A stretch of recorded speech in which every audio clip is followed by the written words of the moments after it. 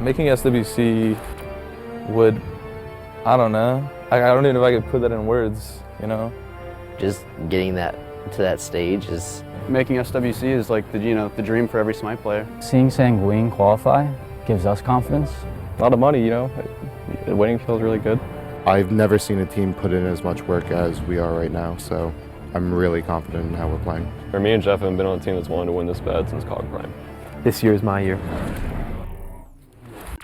Well, there you have it. Thank you for that lovely video of the players talking about things there. We've got the final set of the day available for you. It's going to be Allegiance up against Noble Esports. Agro is joining me here.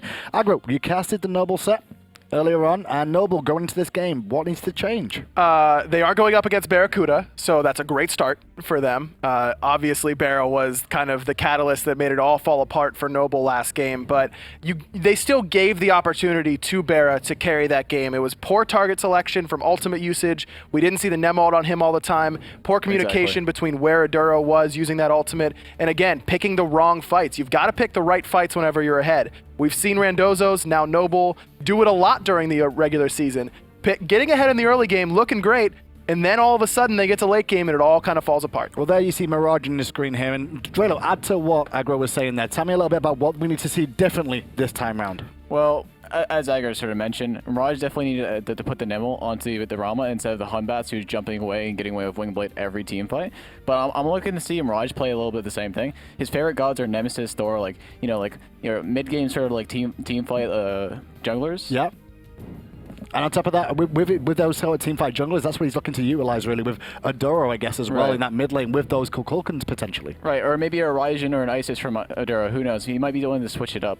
And also, he plays it a lot of ranked, but who knows? You might see the Dirty Bubble Thanatos come out. Well, here up against Weaken, and Weaken's probably experienced the Dirty Bubble Thanatos a couple of times in the rank scene as well. Weaken's last performance, obviously we saw him earlier on today, Agro. Thoughts on Weaken? Weaken's seen it all. I mean, like you said, he's probably seen Dirty Bubbles Thanatos. He's seen everything that anyone can really throw at him. A real veteran in the scene here. And we saw how well he worked together with his team up against Eager, who looked really, really great up against LG. Eager got that 2-0, came in, got the first game fairly easily up against Allegiance, and then Allegiance punched back, had a great composition just setting up for MLC Stealth. That's what they like to do. MLC Stealth is the carry of this team. It's all about how can we set him up to be successful. We saw Weaken on the Erlong Shen, a god that's been fairly popular as a setup so far this LAN. We'll see if he wants to go for that sort of setup style again, and I expect that he will. Now with the style that we saw out of Noble as well, Drelo, you've been around the scene for a long time now as well. You've seen Noble Esports do this time and time again. Early game, great. Mid game, meh. Late game, just give it up. What do they need to do to change this against Allegiance? Because Allegiance, they like the mid to late game as well. Right, they need to realize their mistakes, correctly diagnose what happened wrong in that late game, and then work on and fix it. I think the biggest thing was Mirage not really ulting the right targets. And also they need to take it slower. They need to go for that fire giant. You have 5 key lead, good. Play it slow, bleed them out. Go for their buffs on cooldown, wait for next gold, farm that up to an 8k to 10k lead, and then maybe look to push tier 2 or bait fire. Well, let's see how they can do in this one. Allegiance will ban away Ratatoska and Sol. Terra banned out by Noble Esports, thinking about their second ban here as well. That Sol ban, very interesting to me, Agro. Yeah, they don't want to give that away to Wowy, I guess. He's the one who played it last game and really got bullied pretty hard by Barracuda. But to his credit, I mean, at one point he was level 5 while Barra was level 8, was super far behind, but only died in lane that one time, was able to hold his own, and did make somewhat of an impact in the late game team fights. Sol's just a decent throwaway ban. When you're in that first position, you can just say, yeah, I don't want to really play against this, and get a priority pick in return. Now this Guan Yu here, straight out the bat here, Driller. When you look at this, where do you think this is going to go? This is definitely going to support. Incon loves the Guan support. Unless Whalrus maybe picks something like it's a little weak in lane, like I want to say a Sobek, Jing 10, or even an Amaterasu, this is definitely going into the sport. Well, on top of that as well, if you called Athena that right, jungle. Athena jungle for Weaken. Something we've seen this before, and with the Kukulkan in mid lane as well, Agro? It's set up. Let's set up for MLC Stealth. You've got the stun off cavalry charge, which can be easily communicated, and it's a free Spirit of the 9 Winds on whoever has it. It is use it on if they don't have any relics available. And then the Athena taunt, I mean, we've seen we can do it. Just putting MLC Stealth on these big impact characters where it's all about the ultimate. Last time he played Kukulkan in game 1 against Eager, he didn't hit an impact ultimate, and they lost that game, and that's no coincidence. I think this is actually pretty bad for Noble, because Susano is very bad in a tanky comp. Susano doesn't really do a lot of damage to tanky comps. He wants to 100-0 the squishies. Now, the thing is, when you have a lot of peel and you're very tanky, Susano's not really going to do a lot in team fights. That's true, but when I'm looking at this, Noble just banned out Circuit. Do they not expect this Athena jungle? No, they're not expecting it. They think it's Athena solo Guan support, or Guan solo Athena support. They're not expecting it. Well, we'll see how this works out then. With Ra now being banned as well, Adoro won't have that to his name. And they're the two gods we've seen Adoro play so far. He has got Isis in his back pocket, which is one of his default go-tos. But, I mean, the amount of setup that Kukulkan would have up against Isis, no, I mean, she can drop Circle of Protection at her feet before she gets taunted, but you're still eating 900 damage from that Kukulkan ult. Could be risky. The thing you want into Athena jungle is something that can immediately beat and turn onto Athena. Basically, threaten, kill, lethal damage every time Athena dashes in, so you can't just dash in and get free taunts. You want to kill the Athena in the early game, get her behind, and then win the game off it. Well, we'll see what they can do with the mid lane pick here. First of all, Rama is going to be picked up for Wowy in that Hunter role there. And on your screen in the background, you can see Cope, who could be playing Guan, could be playing Athena, but obviously we expect it to be something else. I wouldn't be shocked if we saw another Vamana. We saw how good he was on that God Game 2 up against Igor, or Raven. Those are two characters that he plays a decent amount of. And with the Amaterasu taken away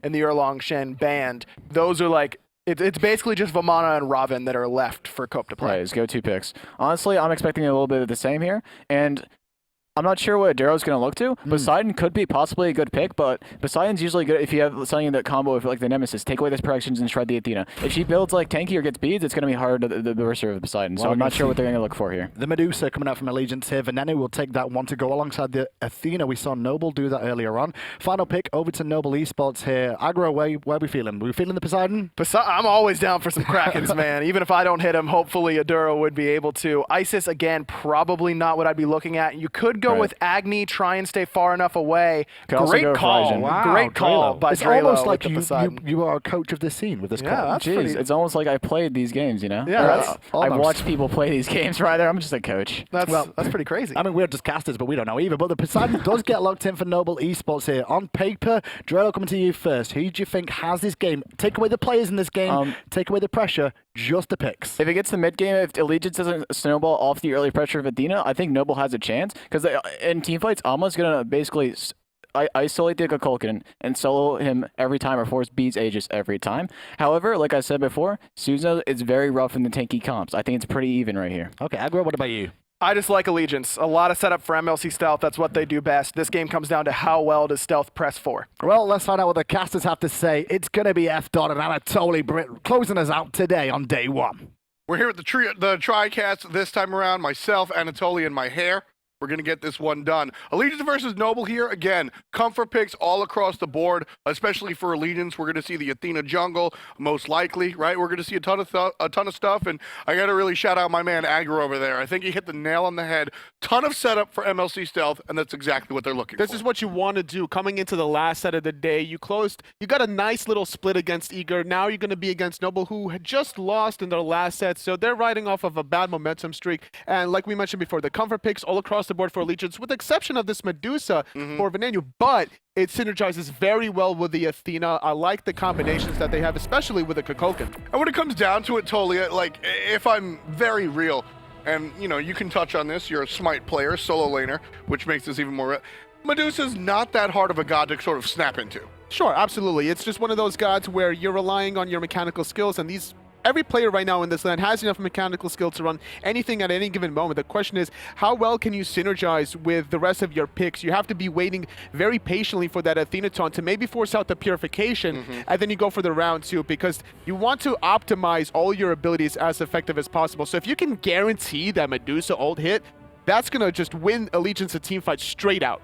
So Copeson is a comfort pick on the Vamana. Weekend is repping the new Athena jungle that we've seen as of late. And MLC Stealth, of course, on the Wind Demon himself. Is that a Wind Demon? I don't know. It's wind and kind of scary looking. But Incon, again, just the comfort picks across the board. Noble, they've got something set up here.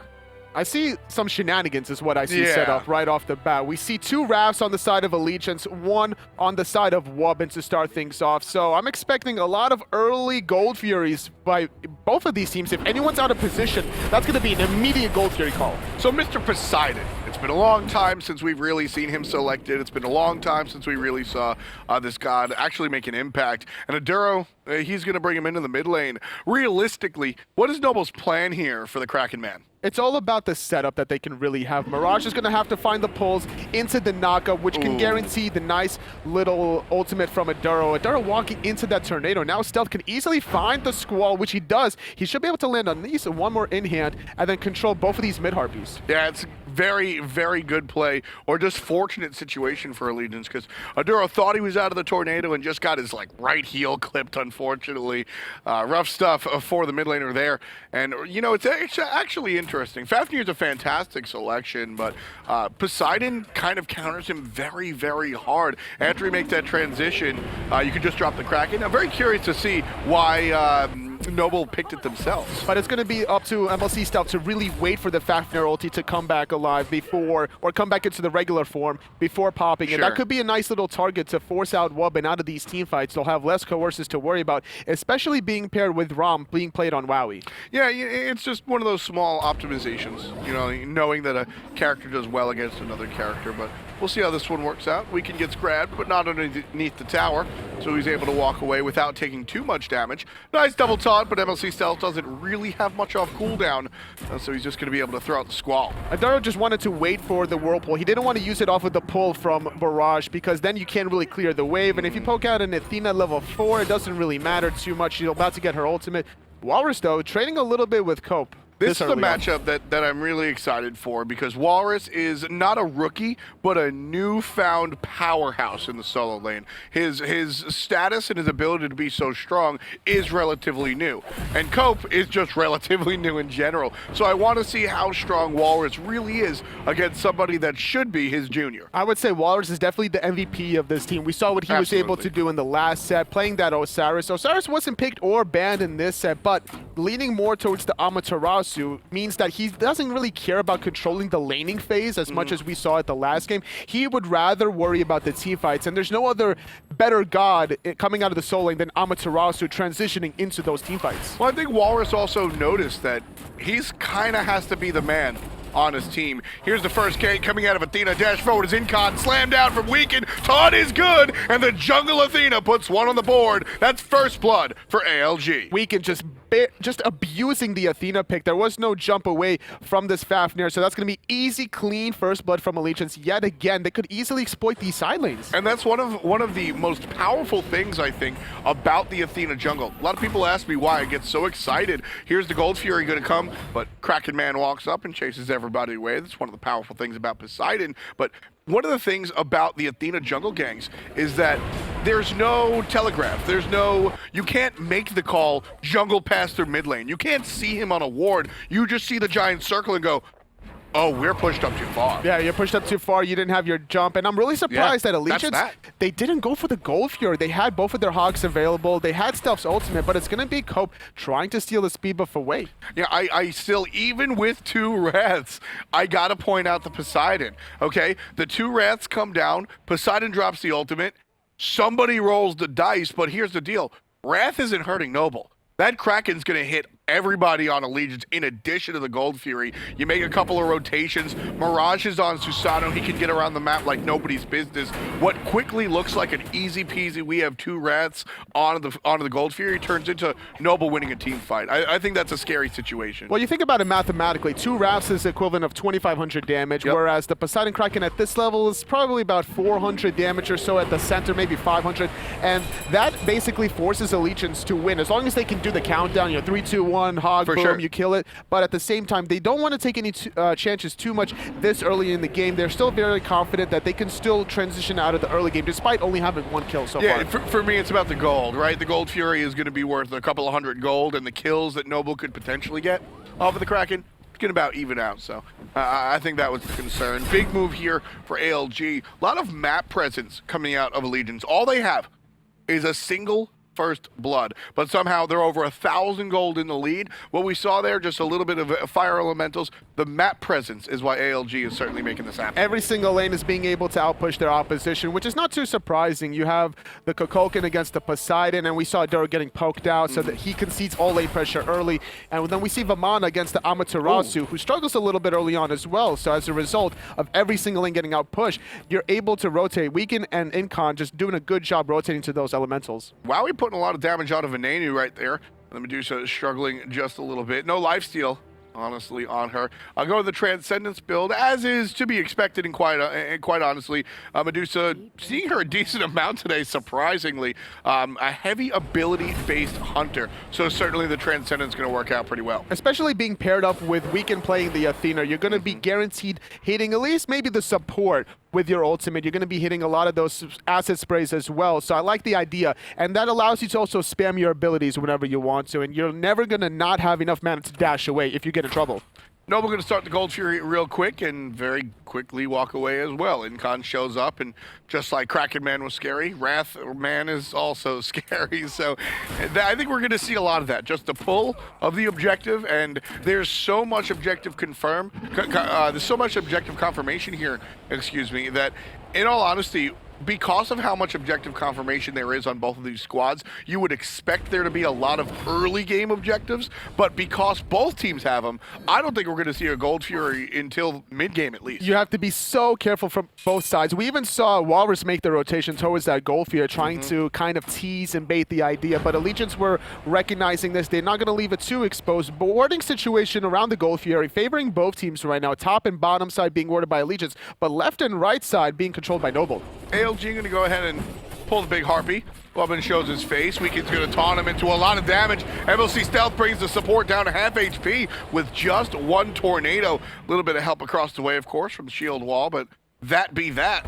Noble now looking for the kill. Venenu gets stuck, can't roll out, stuck in the everything, and the Kraken just a little bit too close. The dash gets away with it, and Wowy unable to seal the deal. Here's Kukulkan, and a beautiful jump from Wubbn gets him out of the way, but 2 kills, 3 kills, 2 of them have ALG on top. Incon followed first, but now Wubbn, he's going to get chased down by Cope, finding the kill, but Venenu dashing in. He's going to trade his life for that as Whalrus walks into the tornado, so now it's going to be 4 deaths, only for 2 on the side of Allegiance. And it's the moment of the rookie. Cope gets the triple kill right away. And with that window of opportunity, here comes the Gold Fury. You know, you always get yourself into trouble when you cut yourself short. I said, look, I don't expect to see the Gold Fury. In my head, I said, unless there's a team wipe. Well, we see basically a team wipe, and the Gold Fury is going to get pulled. If that Gold Fury didn't go down when it did, Cope was gonna die. He was gonna get montage. That's exactly what it would have happened. Deicide at 7.5 minute mark definitely forces Allegiance's hand there. You cannot miss that opportunity. So first Gold Fury this early on, not the biggest lead in the world. You know, 3,000 is pretty big though at 8 minutes. I was gonna say, totally, I disagree. 3,300, that is a large lead at this point. And you know, because we were talking about, it's not the Gold Fury that was really impressive there. It was the team wipe. It was Cope's rotation coming on in and just being Vamana. 3 kills, getting those 3 kills was arguably larger than the Gold Fury itself. And this is why we saw Eager ban away the Vamana away from Cope. It's just one of those comfort picks that he really relies on. The second game, they let it go through. I was talking with Divios in the back, and they said, like, we just kind of forgot to ban away Nox and Vamana, and there was a strategy that they were preparing for against Allegiance. So now we see just their strength with all their comfort picks. Here they come. Here comes Weekend with the taunt onto Wubbn. And again, I love the area denial. Wubbn forced into the ultimate to buy himself some time. Gonna walk away, jumping over. And there's the tornado out of Mirage as well to provide some assistance. A nice little defensive ultimate, but it's going to be Weekend trying to still force the issue. He could find the dash taunt. Wubbn is very low in this team fight. He's about to finish off. You're finding a nice double taunt, double purification being used. And again, the rotation out of Cope this time not as fruitful. As everybody from Noble gonna hide underneath the tower. Big Baby has blown the ultimate, and there comes the invade out of Venenu into the enemy red buff. I love how Allegiance understand that right there. Not everything, they didn't win the team fight over there in the mid lane, but they still made something happen. Venenu said, look, I'm gonna rotate for the team fight. You're not getting it. Word, I'll pick up red. So I like what Allegiance is doing here. They're being grouped up, trying to utilize the Guan use sustain and trying to put pressure on every single side of the map. Look how far pushed up they are in every single lane. Sooner or later, these towers are going to start falling away, and now Allegiance, they're going to have significant map control, and this is what you need to do to extend your gold lead. Here's the ult on the right-hand side, both helping Cope escape and decimate. Here's trouble for Wubbn as well. Dash forward, Weekend gets another kill. 4 kills for the jungle Athena. You gotta love this choice and how it works out for this squadron. Just been doing a great job, and now on the left-hand side, Venenu being traded with the ultimates on Wowy, canceling it very quickly, going back to the safety of his tower. Very smart. Now he's going to have to back it unless he doesn't want to lose his tower quite yet. I think canceling the Rama ult, as we see Cope really make it happen over there on the right side, assisted by the team taking out the tower. I think canceling the Rama ult is one of the smarter plays. When you're at this high level of play, you have internal cooldowns, you have internal timers, and everybody knows how long Ram is going to be up there. I bet you if you ask the players how long Ram's ultimate lasts, they won't be able to tell you the amount of seconds, but if you put them in game, they'll be able to tell you exactly when he's landing. You can feel it. So when you listen to it, that canceling that Ram ult will throw you off. Here we've got Cope versus Whalrus. Whalrus, like I said, this is one of the cool matchups. Cope, brand spanking new to the game and new to pro player, and then Whalrus making it change. And it's all about the comfortability right now. If Cope doesn't get this Vamana, we might not see this kind of a style coming out of Weekend as well. Having the Athena, you're relying on the aggression out of both of your side lanes, and right now, Cope has just been running wild, being able to already get this tier 1 tower on the right-hand side. And, you know, this is arguably one of Cope's best performances. Beautiful play by MLC Stealth. Nowhere to go for a Duro, and that's how you make the solo play out of the Dragon happen. You got to trap somebody against the wall. That's exactly what happened. Speaking of comfort picks, MLC Stuff loves this Kukulkan, and now we see why. He can predict the movement pretty easily. Aduro had nowhere to go as a result because he would have to kind of squeeze in a little bit closer to that tornado if he didn't hold that wall. Yeah, I mean, that's really the key right there, is impossible decision. Right here, impossible situation for Noble. Mirage barely alive, but nobody can really reach the back end. And when you're playing on this Kukulkan, you got to force your opponent to make the impossible decision. Either walk into my ult or walk into my tornado. Either way, you're gonna die.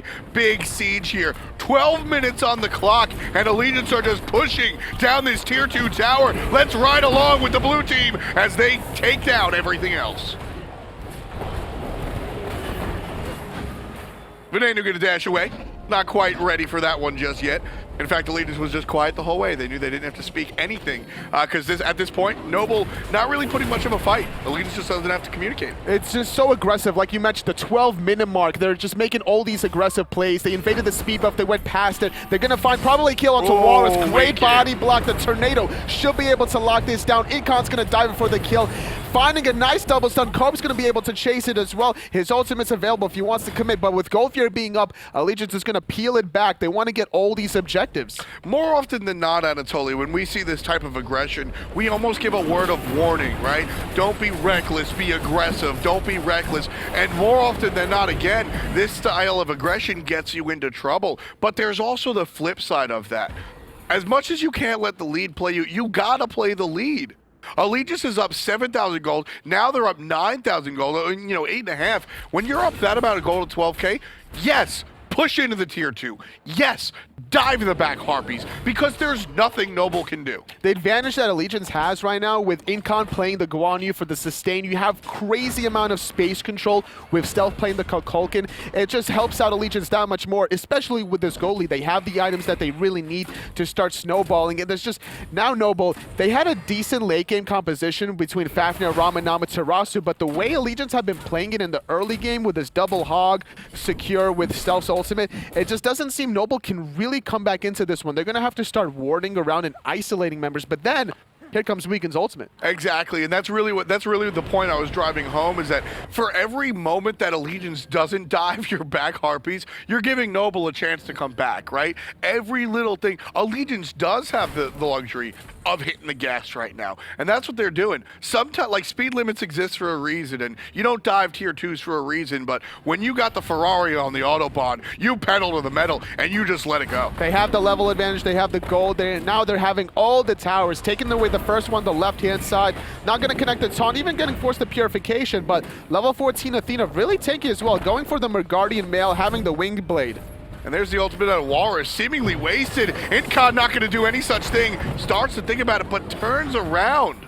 Choice from Allegiance to play it a little bit cautious this time around. They had everything loaded up there in the chamber. Incon on the ult, surrounded with the ultimate out of Weekend as well, but Not going to wait. In fact, they wanted to wait for the minions. That's exactly what happened there, Anatoly. Nice little stun though with Kraken. Going to be able to stop the Taolu Assault. 3 members getting hit from Allegiance. And now Venenu is going to hit Aduro, but now Wowy in the sky. And there's the dash forward. Venenu latches onto Aduro and puts him in the ground. Ultimate out of MLC Stealth can help out, but Mirage is able to answer back. Allegiance, they leave the tower. They dive the Phoenix. Cope's going deep. Whalrus gets taunted. Shield wall. See ya. Whalrus is dead. 15 minutes in, still more aggression now, being able to take out 2 members away from Noble, taking the second tier 2 tower of the game.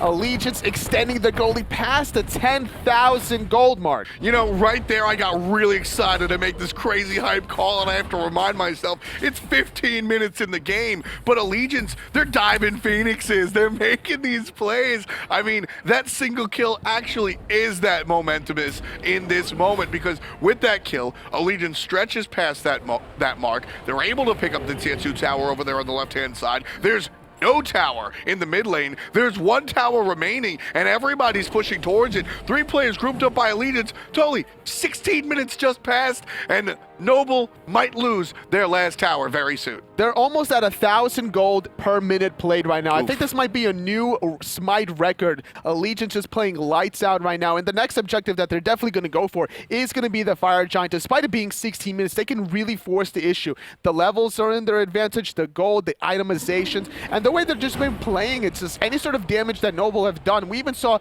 the Kraken coming out of Aduro being completely negated by just 2 heals coming out of Incon. And that's when things get really dismal. I mean, Aduro, like we said, it's not even like any individual here. It's just the fact that the numbers aren't on their side. Allegiance has too much on themselves. I mean, when you're talking about a lead, you've got 2 2/3 items on the side of Noble across the board. Players on Allegiance are finishing their 4th, starting their 5th item. I mean, realistically, Tolly, I haven't asked this question in a long time, but how does Noble get back into this game? I don't think they can honestly get back into this game because Allegiance, they're not taking any risks. They're not even going for the Fire Giant. They know that they can keep forcing the issue in a 5v5 open team fight, getting this last remaining tier 2 tower. Like we mentioned, the longer these team fights last, the more favorable it is for Allegiance. We can always looking for the dash taunt. And he's going to find the dash, but no taunt. Players now surging forward. There's the jump forward from Wubbn as well. On the backside is Cope trying to do his best to space everybody out. Weekend's gonna ult him as well. Lands on top of Wubbn, but right during the ultimate. Perfect play by Wubbn. But hey, it just don't matter. The tower's already gone. Here comes Incon slapping dudes in the face. And there's a tower assault. Aduro in a ton of trouble. And the ultimate from MLC Wealth makes everybody rich. The Phoenix is the target. And everybody just surging forward. Allegiance are dominant. Weekend in the backside. 3-man taunt and a 3-man shield wall while everybody else takes care of the Firebird. The first Phoenix of the game going down now. Allegiance doing a great job. First it was Cope zoning past the tier 2. Now it's Weekend zoning in the Titan room by himself. 1v3, forcing out a Sanctuary, finding the purification out of Mirage, and now the second Phoenix though being aggressive, but Noble, they're still holding for now. They still got some minions here, Allegiance, that is. A little bit of healing from Incon allows Allegiance to stay healthy. Noble's here as well. They're going to play a good piece of defense, and that'll stop Allegiance for the moment. 18.5 on the clock. Yes, 18.5 on the clock, folks. That's not a mistake. That's not a problem. 15K in the lead. Nothing on the board with the Noble tag except for 2 Phoenixes on the left and the middle.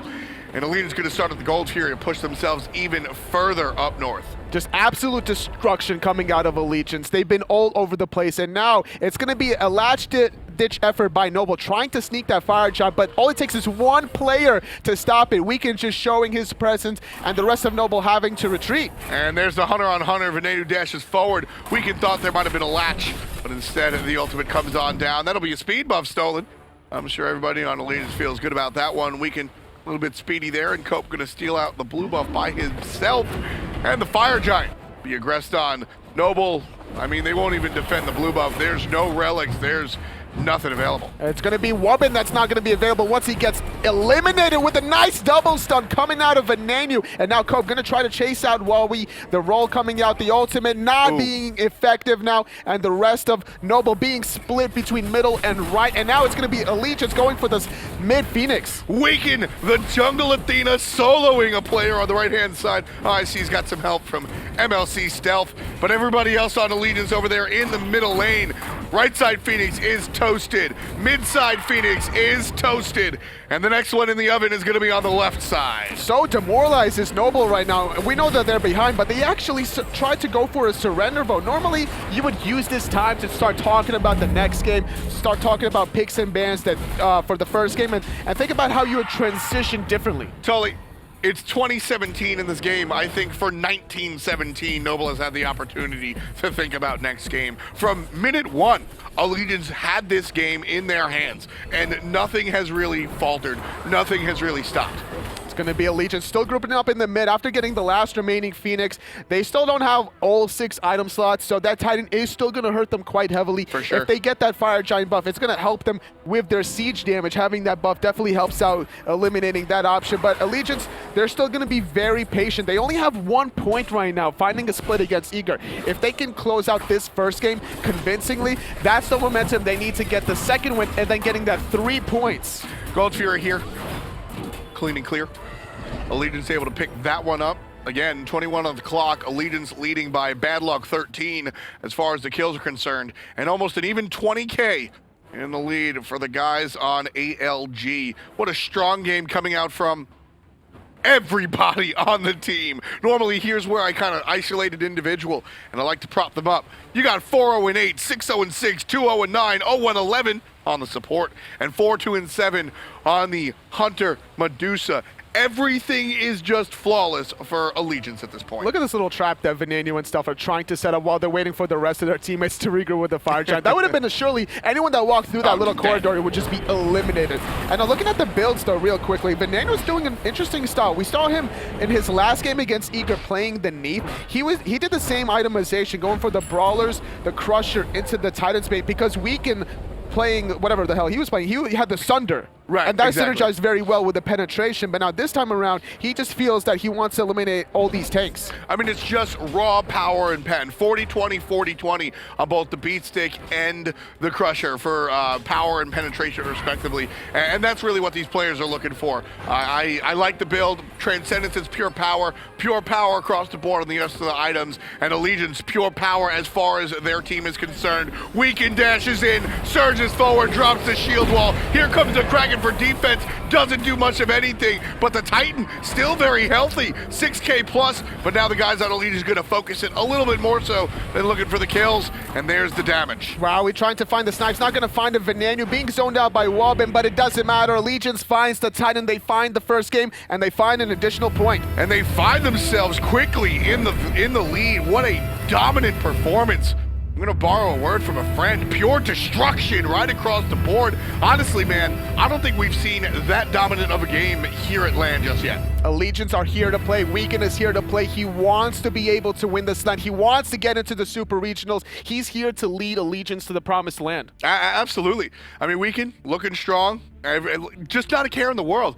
Mirage right here, giving some thought. And I like that he's looking quizzical. I would much rather my player look quizzical, and right now all Mirage is thinking is, how do I figure this out? How do I get to game number 2? It's much better than seeing hopelessness. And I think that's the biggest key for Noble. As long as they keep attacking these games, win or lose, analytically, they might find themselves on the top of one. This might be the kick in the butt that they really need to figure out a way to come back into this one. Ending the day today without a single win for Noble would be so devastating. We saw last weekend Sanguine, they were able to pick up a win against Dignitas coming into the 8th seed Noble. They have to find a way back into this one. Can they, will they, and how do they do it? Analysts, we got 3 esteemed gentlemen over there on the desk. Why don't we talk to Hindu and his guys about how they changed in game number 2. Thanks so much, F-Dot. The very interesting game 1 there. We talked about the Poseidon pick, last pick there. They had an opportunity early, Drelo, to really make that impactful, but it didn't work out. Yeah, their win condition in the early game was basically bursting somebody down with the Susano Poseidon combo. Yeah. But the issue is we saw the first fight of Gold Fairy. Poseidon whisked the Kraken when he could have easily hit off the sun, and they basically traded in a fight that should have been a very, very good fight. And we mentioned the Susano as well there. I mean, Susano from behind, Poseidon from behind, not a great situation for Noble 100%. from that point onwards. But that's what you would think Noble would want to do, is pick these two gods that, if they can get ahead, puts them in a great situation. Yeah. They're known for getting at least some sort of lead in the early game. That time didn't happen, and you see what happens whenever they don't even get their early game working correctly. It all falls apart very quickly. And it really did him weaken as well in that game on the Athena. We expected it to go to the jungle. It did go to the jungle, and he made a good impact with it throughout the game, Drelo. Yeah, you saw him get in the first blow with the Athena on level 5 when he hit it around 2 minutes. Yeah. That's sort of been that's their bread and butter with Athena. If you can get that level 5 kill with the Athena when the dual lane or solo lane is not expecting it, it's huge for you. Now, I was talking to you guys off air as well. I really felt that Cope here so far, you know, his performance so far at this LAN has been pretty consistent. Yeah, a couple of early issues, but he's the one performing best for me. I mean, there's been a lot of question marks about a lot of different rookies on ALG, on LG, you know, a lot on Noble here. Who's going to be performing the best? And you're right, the two that stand out to me are Whalrus and Cope, the two solo laners that are going head-to-head here. Cope, game 2 against Eager, looked really good for a little bit, then got a little bit full of himself, a little bit, positioning issues overall. But in this game, again, looking very, very strong. It's going to be up to Whalrus and the guys to try and keep him down and get Whalrus ahead. We see what they're able to do with that in game 2 against LG last game. Talk about that a little bit more then, Drelo. Obviously, we see the Cope versus Whalrus matchup. I mean, Whalrus like put the beat down onto LG and to Scary D as well. Can he do the same up against Cope if he's going so well? I mean, it also depends on the matchup. Ravna Osiris is a very volatile matchup. You're going to be fighting each other out, two very, very early game centered solo laners. You're going to be boxing it out, you know. And it also depends on whether, I mean, we've seen that Randozas have a lot of trouble playing their comp to the fullest potential. And right now, their biggest winning condition is whether or not Whalrus can just carry them to victory. And that's the question then, Agro, going into pick some bans for game 2 here, is do we expect to see some bans against Cope to maybe allow Whalrus to become the carry again? Well, there's been a lot of talk coming into this land that Cope's god pool is pretty small. And while it isn't the biggest god pool in the world, it's big enough. That's all that matters. He's shown that he can play Erlong, Ama, Robin, and Vamana, and you can't ban all 4, really, and pick it. And if you do, you're giving up probably too many priority picks on the back end. He can also play Ymir, so 4 to 5 gods is really all you need at this sort of level. Where are we heading to, Drelo, then, in picks and bans for Noble here? What should their strategy and strength really rely on in this game? Honestly, they just got to switch things up. I mean, the Susano pick there was really, really bad because like Susano into a double tank into any tank comp in general is really bad because you do absolutely no damage. You want to look for the squishies. You want to look at 100 to 0. What I'm looking for here is to hold the jungle counter pick. Look to counter pick the jungle and see what their comp is, and then feel what they're doing, and then look for the jungle pick. Instead, focus on side lane priority picks. Okay. And you're right, but the problem with that is that we've seen if Mirage holds that jungle pick too long, he doesn't get his nemesis. He doesn't get something that he's comfortable on. True. And now you're in a tough spot. He's probably better off just early picking nemesis here. If they go for a squishy composition where the ult isn't as effective, that's fine, but just get him comfortable on something. If their first pick, wait until the second rotation. If your second pick, wait until the third rotation. That's plenty of time to see what they're doing. I can completely understand that too. Well, there's